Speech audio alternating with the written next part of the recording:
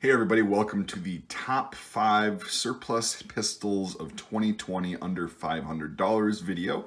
I am Mike B, and by popular request, I was planning on making this video anyway, but a lot of people have been commenting lately for me to do a pistol video, so here we are. So I'm going to be talking about surplus pistols. Now, before we get started, this doesn't necessarily mean military surplus pistols. Surplus just generally means something that's outdated, or there's too many of them to, justify keeping them around. So various organizations around the world will get rid of them, sell them for a profit, and then everybody wins. That's how a lot of the surplus pistols or weapons in general end up on the US market. So I had to just throw that out there because this list might not be what you expect. These are all military surplus, but there's a different kind of surplus that we'll be talking about in our number 5 pick. But before we get started, I'll just explain what each one of these is. These are not going to be making the list for obvious reasons. They're fairly expensive and getting harder to find. So we've got the Daewoo P51 from South Korea, the VZ52 from Czechoslovakia, the Soviet M1890, or no, I'm sorry, not Soviet, Russian M1895 Nagant revolver. This one happens to be Soviet because it's made in 1945. We got the P08, better known as the Luger, and then we've got the Hungarian FEG P9M, which is a clone of the Browning High Power. So these are all a little bit more expensive. Some of these have made the list before. I think the 95 did a few years ago, but that's getting to be really expensive now, so it didn't quite make the list. So without further ado, we'll get started. Number 5 on our list is going to be the Beretta Model 92S, chambered in 9x19 millimeter. These are going for about $300 to $350 in good shape. I got this one for a little bit less a couple years ago because it was in, quote unquote shooter grade. It's got some minor surface rust and all that stuff, but overall still in good shape. I think I paid like $260 for this. So you can find them for cheaper, but not as often as you could find the good condition ones. So $300 to $350 is not a bad price point for a handgun like this. If you were a fan of the Beretta platform, like the 92 platform, this is one of the first models of the 92 platform, if not the first. I forgot about that. Don't quote me on that, but it's an earlier one from the 70s. And it handles to me like a 92 FS. There's a couple minor differences, like the magazine release. If you didn't know about that, it's European located, so it's down towards the base. But other than that, it handles a lot like an FS. So it's like pretty much, I think the nickname that I've heard these call is the poor man's M9. But yeah, these are Italian police surplus. So the Italian police got new weapons, or they got upgraded or did whatever, and they didn't want to store these, so they decided to surplus them out and make a little bit of money back off of them. So they ended up here. I don't know if a lot have been imported recently. These were around for the past couple of years. These have been around in great numbers at about the same price. I actually love this thing. It's a really good pistol. I'll have to make a video. I don't know if I have made a video on this yet, but I'm going to have to make a video on this because they're really cool. And for $300, it's a great handgun. The only drawback for me personally, this whole list is also my opinion. It's not a fact. This is just my recommendations and reasons for that, reasons that I recommend it. The only reason this is number 5 is because it's very heavy. It's a very heavy handgun, and that's just a stupid little reason for me, but it still made my top 5 list. So number 5 on our list is going to be the Beretta Model 92S. Look online. There's a few places that have it. I don't know exactly who has it right now, but they're out there. So we'll move on now. Number 4 on our list is any law enforcement trade-in Glock handgun. There's been a lot of these coming up in the past couple of years. A lot of different people have these. I tend to go through Aim Surplus because I'm partial to them. I've been shopping with them for a long time. Never had any problems, so that's just my recommendation. Not paid by them. I'm a happy customer and have been for years. Anyway, so these go for between $250 and $400 for a used Glock. And it all depends on the model, the condition, the generation, and all that stuff. Like this one, I got it a few years ago. I think it was just over $200 or something like that because it has a chipped grip. I think I made a video on it a while back, but it got taken down. Yeah, so that made the price come down quite a bit. And that was a great buy for a Gen 2 Glock 17. And then the Glock Model 21 Special Forces, see the SF? It's short frame, I'm just kidding. That was in like unfired condition, and I think that was like $375 or $380.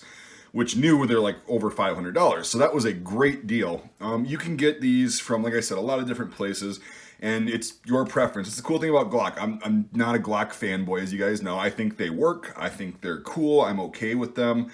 But It's not my first choice, but it's also not my last choice. So I like them. They serve their purpose. So we'll get that out of the way first. Now the law enforcement trade-in ones, like the cheapest ones are going to be the 40 caliber variant, like the 22, the 23, and I forgot like the 35, because 40 caliber is a round that has so much controversy around it. A lot of people don't like it. I'm not a fan of it myself, but hey, if it works for you, you get cheaper Glock trade-ins. Anyway, these are also police surplus. Some of these you can get are actually PD marked, which is really cool. And I just think that it's a great value because I wouldn't pay retail for, you know, as many Glocks as I have because I'd be broke. But if you can get a discount on a nice trade-in, like a Glock like this, that's going to be my number 4 choice in any caliber. So we'll move on now. Coming in at number 3 on our list is the Star Model BM, or bowel movement, that some penis wrinkles like to call it. But that's just a funny joke. But anyway, this is in 9x19 millimeter as well. And the price range on this is where it places on our top 5. You can still get these from a bunch of different places online. I don't know who has them currently because they sell out and then they get restocked. But these usually go for like $189 to $220 in really good condition. This one, again, another AIM surplus buy from a few years ago. I think these were, because they're shooter grade, because you can see there's quite a bit of aesthetic wear, which I don't really care about. I think I paid like $169 for these. It was a really good deal, so I ended up getting 2 of them. And the only reason, honestly, or there's 2 reasons for me personally that this doesn't rank higher on the list like it has in the past, is because the magazines for these 8-round magazines, which is another gripe. The second gripe I have is the magazine capacity, but that's totally my opinion. That's not a fact. The magazines are like $50 if you can find them. They're very hard to come by. So for a person that's getting into, you know, firearms ownership or wants a gun for their nightstand gun for self-defense or whatever, this is an excellent option for that. All you need is 1 magazine or 2. I don't know how many they come with to start out. But if you want more magazines, you're going to be paying for 4 magazines. You're going to be paying as much money as the pistol costs. And it's unfortunate because there's really not much to the mags, but it is what it is, and that's why it only comes in at number 3. However, this is a smooth shooting, really easy to handle pistol. It's really nicely sized. It's a kind of a compact version that was used. This is Spanish police surplus, which is really interesting. But yeah, these are great handguns. I have really nothing bad to say about them. The mag capacity, that's personal preference because I like to miss a lot when I shoot at things. So that's just my fault. But actually, it's pretty hard to miss with one of these. So number 3 on our list is going to be the Star Model BM. Number 2, I'm happy to report, is still on the affordable list, which is great because it's one of my personal favorites. If you haven't seen videos of mine in the past where I just kind of gloat over this, I'm kind of more of a fanboy of this thing. And I know a lot of Czech people are like, oh, it's a piece of shit. I disagree completely, but hey. Number 2 on our list is the VZ82 pistol, caliber 9x18 Makarov. And these are awesome for the price for what you actually get. It's $200 to $300 for these things. And it really hasn't gone up that much in the past few years. $200, you're going to be looking at one that's a little bit more worn like this. This has been my concealed carry handgun for, let's see, I got this. Yeah, so my concealed carry handgun for about 8 years now, which is pretty cool. And I've never had any problems with it. Very easy, very compact. It's also a military surplus firearm, which has got some, Cold War history to it. This is also Curio and Relic eligible, if you know what that means. If you have a CNR, this is one of the few modern handguns that you can get using your CNR because somebody wrote in years ago and wanted to get it added to the list, and they did. So that's another perk of this. Now, this thing has a 13-round mag, or 12-round mag capacity, 13 with 1 in the tube. I've carried it with a round in the tube, dropped hammer, and I haven't had any problems with it. So that's why I like this thing. It's very small too. Like I said, it's compact, easy to take apart, just like any other Makarov pistol. It's basically like every other Czech weapon. They designed it based off of the Soviet counterpart, but they made it better in my opinion. So anyway, this takes a solid second place on the list because of the fact that they're still affordable and they, I think, are great handguns. And 9x18 Makarov, if you know where to get it online, it's pretty cheap. So yeah. Number 2 on our list is the lovely and sexy VZ82. A very honorable mention is going to be these Smith & Wesson law enforcement trade-in revolvers. They're all different models. This is a Model 10.6. It seems like they've been coming in batches now solidly for a few years. I don't know who else gets them, but again, AIM Surplus gets these. They just had a batch of some different models. I think the 10.8 or whatever, or something else. Maybe, I don't know. I don't remember right now. I'm not really savvy on like civilian firearms like this, but these are actually police trade-ins. This one is a New York Department of Corrections trade-in from whatever, come on. Yep, so Department of Corrections, New York State Department of Corrections. So this is, again, police surplus. Now, I'm not a huge revolver guy, but I do love this model. It's a very compact. They're in 38 special, most of them, but there are some that are chambered in 357 that come in. Again, I'm not a total guru on the models and all that stuff, but managed to get this, and these retail for between $200 and $400. This one was closer to the 200 mark, because again, I like to get guns that are worn out. You can see the difference in the check ring on the non-exposed side that was carried in a holster.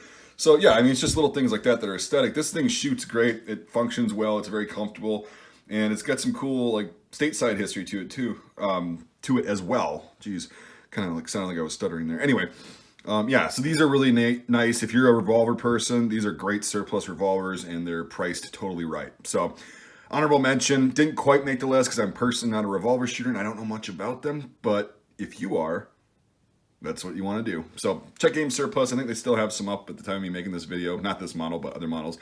All right, now we'll move on to our number one choice. Yeah, I figure a bunch of you would have predicted that this is going to be number one on the list. We've got the Romanian TTC in 7.62 by 25 millimeter.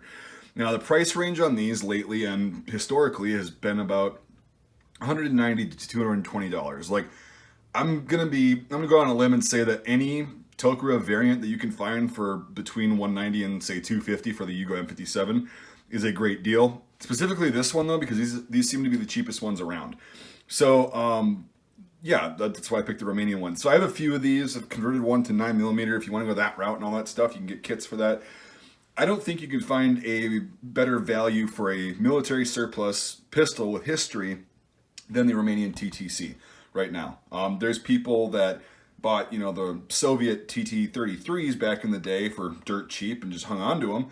And they're sitting pretty good right now because what they paid $40 or $50 for is now worth $800 to $900 in good condition. So I foresee the similar things happening with this in the future once these dry up, because this one's dated 1952 and they haven't made them for a long time. So eventually the supply will dry up. That's what everybody thinks, like with K98s and all these other weapons.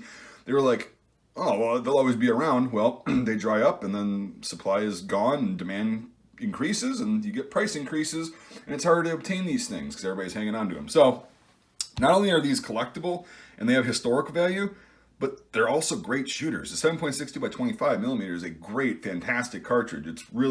It's fun to shoot because it's kind of snappy and it's loud, but people look at you funny at the range, like, oh, what is that? It's bottlenecked, it's a pistol. Anyway. So they're great shooters too. If you haven't seen my videos on shooting the M57 and this puppy right here, they're great. And I'm not a great pistol shooter and I can hit my target with both of these. So yeah, anyway, these are going to be the best bang for your buck. They are curio and relic eligible as well, which is awesome because you can just get however many you want, as many as you can afford. And for $200, I mean, you're getting a great, built like a brick shithouse pistol that'll last pretty much forever if you take care of it. You can pass it down for generations, provided you can find ammo. But anyway, I don't think I need to explain any more about why I think the TTC should be number one for 2020. It'll probably be number one if it stays in stock and stays the same price for a few years. So we'll see. Hopefully that's the case, because I kind of want to get a couple more of them too. They're just awesome little pistols. All right, so we'll wrap the video up. I appreciate you sitting through all this. I don't know how long this video went for, but knowing me and rambling, it probably went for a while. Thanks for being patient. Also, to you Canadians, I'm sorry about what happened in your country. And I just want to make it very clear that I'm from the US and this list is for the US market. Because it seems that in every single video that I do like this, I get Canadians going, well, that's not how much they cost here. They're this much. Or Australians, oh, they're $10,000 here.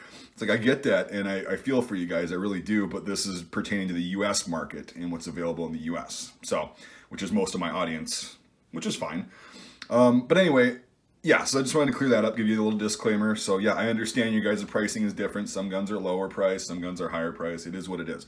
Anyway, also this list is not a fact. You don't have to agree with it. This is my opinion and my personal recommendation for if you can afford to get one or two or all of these pistols, you should do it because I'm really happy with them. It's so much fun to just get a nice piece of history and a nice functional tool for way less than what they retail for new, just because they're aesthetically a little bit, not as pretty.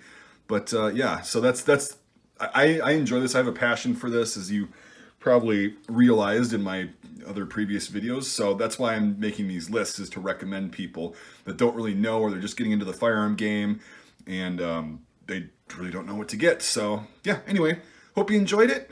I appreciate you watching. If you could consider becoming a supporter on Patreon, that allows me to get a bunch of cool stuff like firearms and helmets and for ballistic tests, or for just educational videos, camouflage, etc., basically military stuff and some police stuff, as you've seen in this video, to make educational videos on and recommendations and answer questions. So Patreon, the link to that is in the description. It's $1 a month. $5 a month or more gets you onto my Discord, which is a really fun time. And the support directly supports the channel, because I can't afford to be pumping that much money out of pocket into my channel anymore. So, but anyway, yeah, so if you consider becoming a supporter on there, I'd really appreciate it. And if not, if you can't do that, I totally understand. That's totally fine. And I just appreciate you watching. So thanks for watching, everybody. And we'll see you. Hopefully I'll make this series next year too.